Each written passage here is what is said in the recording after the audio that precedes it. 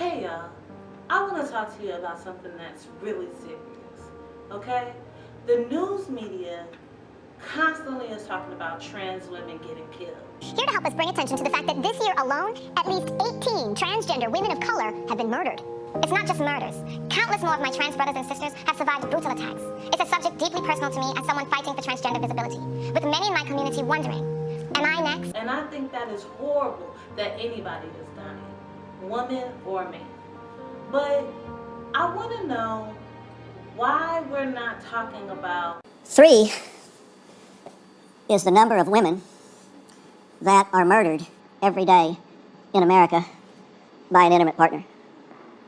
3 a day. 5 times more women are victims of domestic violence, either serious assault or murder, than are men. 85% of the victims of murder are women. And 100 women per hour, 24 hours a day, 7 days a week, are beat on by an intimate partner.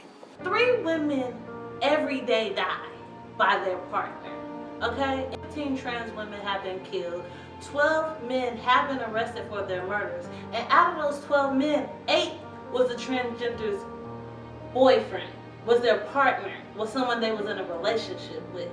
The problem here is men killing their partners.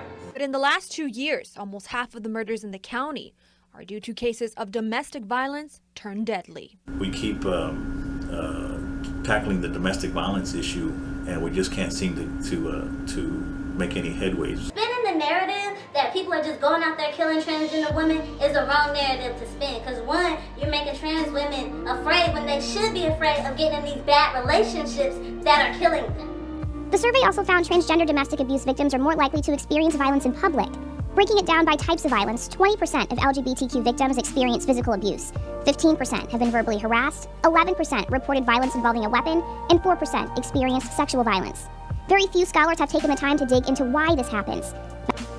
Women all around are getting killed every day. Him in that video beating his girlfriend until her body was lifeless. Alex Rozier joins us live now. Alex, her family is urging this guy to turn himself in. You know what I'm saying? Trans women would not be exempt from this. We have to look at the problem of why people are staying in toxic relationships. Toxic relationships kill you, okay? Like, we see women all the time getting beat down by niggas and deciding to stay, knowing they could end up dead. Has met guys online. She posted ads for services. She got kicked off Facebook 3 times for inappropriate behavior. A sugar daddy is someone that gives you thousands and thousands. A Splenda is someone that gives you hundreds and hundreds. So I never had a sugar daddy, but I had Splendas. It's more of an escort. It's where a guy takes you out and they spend money on you just to be with you. I don't believe that she knows what could really happen to her. I think she's a danger to herself. I always remind her, you are transgender, and I worry about her because of that. Diamond is beautiful. Everywhere we go, people are telling her she's cute. She won't tell people that she's transgender. I prefer to date straight men. I slept with a guy. He didn't even know I was transgender. He thought I was all woman. So he took me into his house, into his basement, and I gotta tell you something before anything happens. And he's a really big guy. He wanted to hurt me, he could. It was really scary because I was in this guy's house all alone. I'm surprised I haven't been killed. I don't understand why they're trying to spin this narrative like people are hunting down trans women and trying to take them out, because that's not what's happening. Women are being killed every day, and now that trans women are in the media more and more, and you see more and more trans women are being killed, it's like, oh my God, they're out there killing trans women when their partners, the ones they choose to stay with, them thug ass niggas is beating the shit out of them, those are the niggas that's killing them. And you wanna know, when that nigga punched you the first time, why didn't you leave? Now, the victim is legally John Conway, but calls herself China and is on her way to becoming a woman. She advertised on Craigslist and had 2 dates with Owens when he accused her of stealing his computer. She still denies it, but agreed to go with him for a 3rd date last night. Police say Owens was setting the victim up for revenge. He got on top of me, started choking me, punched me like 3 or 4 times in my face. And then the first thing I did was run out the door. Owens is charged with battery.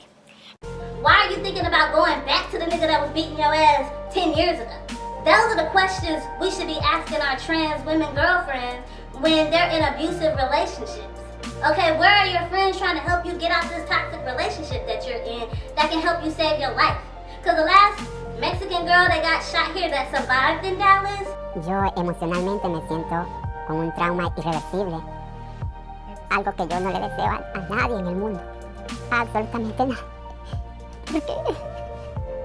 ¿Por qué te queda marcado para toda la vida?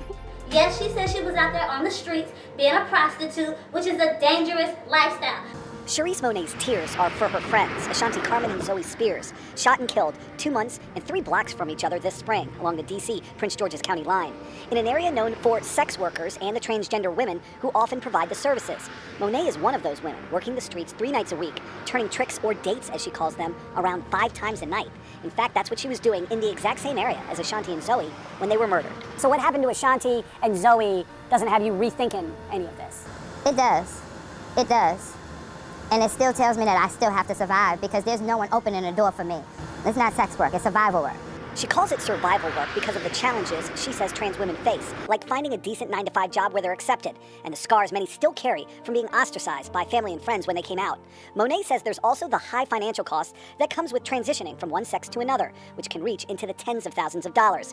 In fact, Monet didn't just do sex work to pay for her transition. She has a nearly 3-decade-long rap sheet of arrests for bad checks, stolen credit cards, and flat-out stealing. This isn't victim blaming, okay? We're not gonna go up to gangsters who got shot by other gangsters and be like, oh, you're victim blaming. They're fucking gangsters. They knew what they was getting into, just like if you out there hoeing on the streets, you know you're putting your life in danger. People need to stop with the whole, you're victim blaming, they can't do nothing else, they have to do that. That's not true. A workplace in which transgender people are included is a workplace in which everyone is included. You should have a process in place. It's one thing to have policy, but you really need to have a process in place. You need to have a roadmap so you have a better understanding of what you need, the steps you need to take with this employee. Companies need to realize where they inadvertently out people, trans, gay, or anything. Figure out what are these ways that we have biases, that we just assume everything's okay. We have to stop assuming, and if we're bringing people into a space to have a collective mission to work together, then we need to get to know people more individually and say, what is it that you need to succeed in this environment? Okay? People are gonna hire professionals. So, I mean, you gotta look more into it. Just making it seem like people are just outright discriminating against transgender people is not true all across the world. Y'all talking about a very small percentage of people. Because everybody I know are willing and don't have no problem giving transgender people a job. In association with the Los Angeles LGBT Center's Transgender Economic Empowerment Project, the City of West Hollywood recently presented the Transgender Job Fair, held at the West Hollywood Park Auditorium. It's hard for our community to find jobs. Just the fact that this exists in it is amazing. It may be the largest transgender career fair ever, and it turned record numbers. More than 400 job seekers showed up to talk to hiring managers from 80 companies, including some heavy hitters like Starbucks and Bank of America. Nowhere where I see, unless they're coming in unprofessional, they're not going to give you a job because you was unprofessional, not because you're transgender. There really needs to be a truth dialogue that's happening right now, and this false dialogue that men are just out there hunting down trans women, killing them, is not true. Men are not killing trans women because they are afraid to let people know they're with them. No, men kill women every day, okay? Men are violent, killing women every day. 3 women die a day at the hands of their own partner, someone that they were intimate with. That's what we need to be discussing. That should be the topic, not just trans women are getting hunted down and killed, because that's not the true narrative. Probably the category of comparison would not be trans women, cisgendered women. It might be within categories of sex workers, that might be one category, of vulnerable population.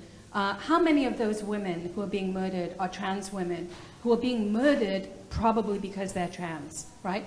Or what seems to be the motivation here that put this body in the way of violence? Is this person living on the street? Is this person raised under, were they raised under certain conditions? So when we have these blanket comparisons, it in a way, it undercuts the purpose of circulating the statistic in the first place.